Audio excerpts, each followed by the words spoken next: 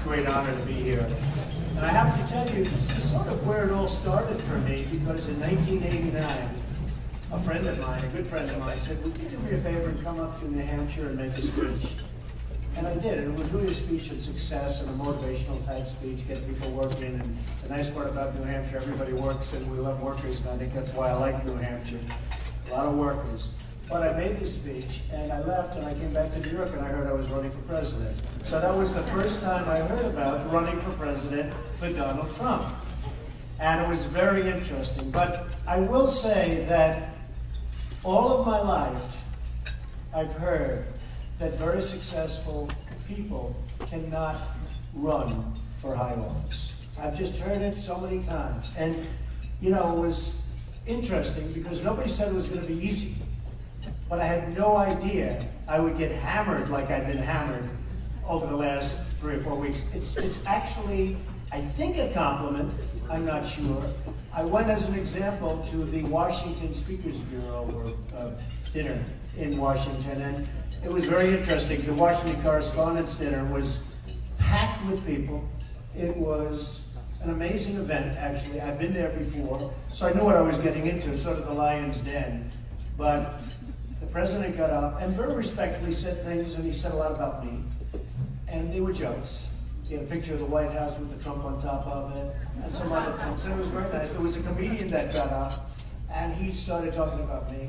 I looked at my wife, I said, is this a good thing or a bad thing? Am I supposed to be honored, or am I supposed to hide under the table? I wasn't exact. So somebody just sat there and listened and took it in. But it was actually a little bit amazing.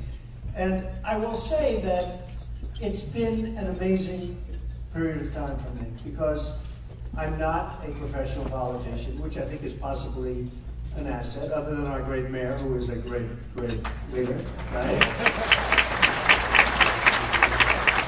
But I think that's actually turned out to be largely an asset, according to a lot of people. And, you know, I took on the president. I was very, very strong in saying, put up your birth certificate. I was very strong on it. Now, whether I was right in doing that or wrong in doing that, I don't care.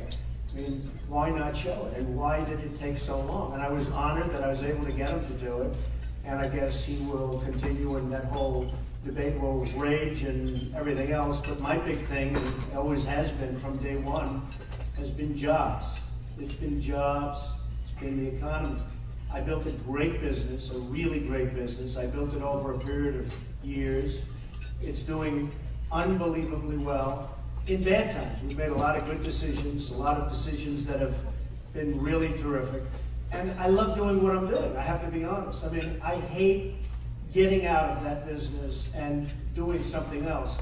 But our country is in serious, serious trouble, like it's never been before. The kind of numbers we're hearing today are so unbelievable. They're so incredible in size. You know, 3 or 4 years ago, you never heard the word, I don't know if you can agree with me on this, you never heard the word trillion. Trillion. And now, everything's trillion. Deficits, debt, budgets. It's trillion, with trillions of dollars in the hole. And a lot of people don't see how to get out of it.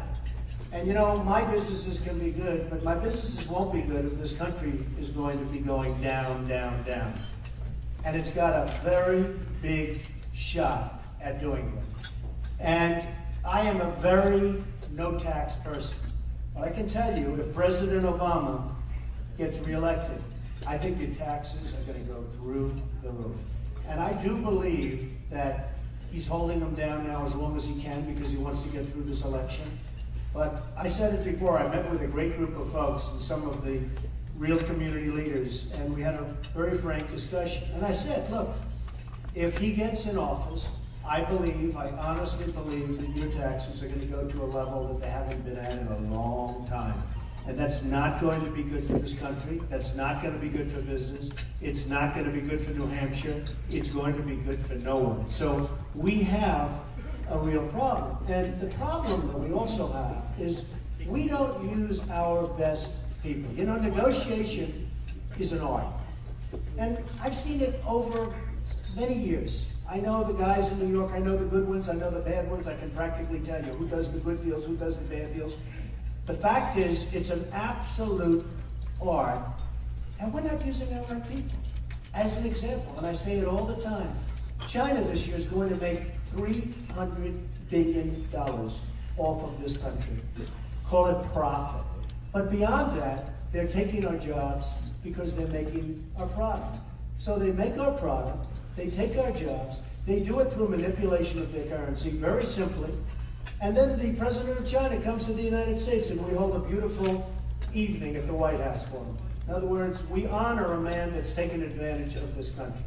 Now, I don't blame him, because if you can get away with it, why not do it? So they then go out and buy our debt and we pay them interest. I mean, the whole thing is unbelievable. You look at what OPEC is doing to us. These folks sit around the table. You probably saw last week, Saudi Arabia said, oh, there's a lot of oil out there, we're cutting production. So we're going to cut it back. And they cut back production because they want to keep the prices high. And we don't have anybody that says, that's not going to happen, folks. That's not going to happen. You're not doing it anymore. You know, we protect them. They pay us virtually nothing. We protect so many countries. We protect South Korea. I ordered 4,000 television sets last year for hotels and different things. And by the way, I heard this hotel's in trouble. I love things that are in trouble. That's what I like to buy. Thank you for telling me, Chris. You're the broker, Chris, wherever you are. No, I'm only kidding. Actually, the food is very good. Although I'm not kidding, actually. I'm not kidding about that. Anyway, it's a nice hotel. In fact, I'm going to take a tour of the hotel later. As opposed to saying hello to political leaders, I'm going to tour the hotel. I'm more used to doing it. But you look at what OPEC's doing to this country, and I always say the worst abuser of the United States, and the word abuse is the right word to use, is OPEC. The second worst abuser is China. And then there are many countries after that. As an example, Colombia, the fourth largest country in Latin America. They made last year on the United States $4 billion. This isn't a huge country. We don't even do that much business with them. They made $4 billion. It's like, what's going on? What are we doing? And we're now signing a new trade pact that I don't think, just in reviewing it, is going to be as good as the old one. So you wonder, where does this thinking come from? How does it happen? And then you look at the deficits. And I have to say, I'm a very proud Republican. I'm very proud of our ideals, at least most of them. And I look at a plan that was put forward. And I like Paul Ryan very much. But the plan that was put forward was early. There was no reason to put a plan forward where they're even talking about touching Medicare at this point. There's no reason for it. So Medicare and Medicaid all of a sudden come in, and it's put in by the Republicans. And you've got elections to win. The Republicans have elections to win. And the Democrats, you talk about demagogue, the Democrats are doing a number on that plan like I've never seen. So in upstate New York, we lost a congressman who decided to go on whatever it was and show what kind of a great body he had. You know all about that. And he was looking for people on the internet. And they caught him, and they threw him out. He should be thrown out. Do we all agree? Yes. So a very popular Republican woman is running for the office. She was expected to win easily, Republican area, easy like crazy. Well, the other day, in front page of a major newspaper, there's a story that she may not win because she's having a hard time defending that whole situation with Medicare. Now, the president, I'm talking about negotiation, The Art of the Deal, one of the great business books of all time. Everybody knows. You know, it's funny. It is the biggest selling, or at least one, but I think the biggest selling business book of all time. And every time I mention it, people do applaud. They love that book. A lot of people tell me they got their start by reading that book. You know, whatever. We call it The Art of the Deal. You gotta let him go first. He's supposed to be the leader. Let him put up a plan. Let him come in and put up the plan. And then you can use your debt limits, and you can use all sorts of things to do what you have to do.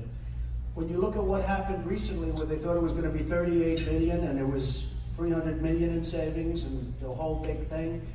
There are so many things going on, and I'm just saying, what is happening? What is happening to this country? We have a chance to be great again. And honestly, right now, the way we're doing, we're a debtor nation. And think of it. I saw recently a report. We are spending $2 billion. So Brazil can drill for oil. Why aren't we drilling for oil? Why aren't we drilling?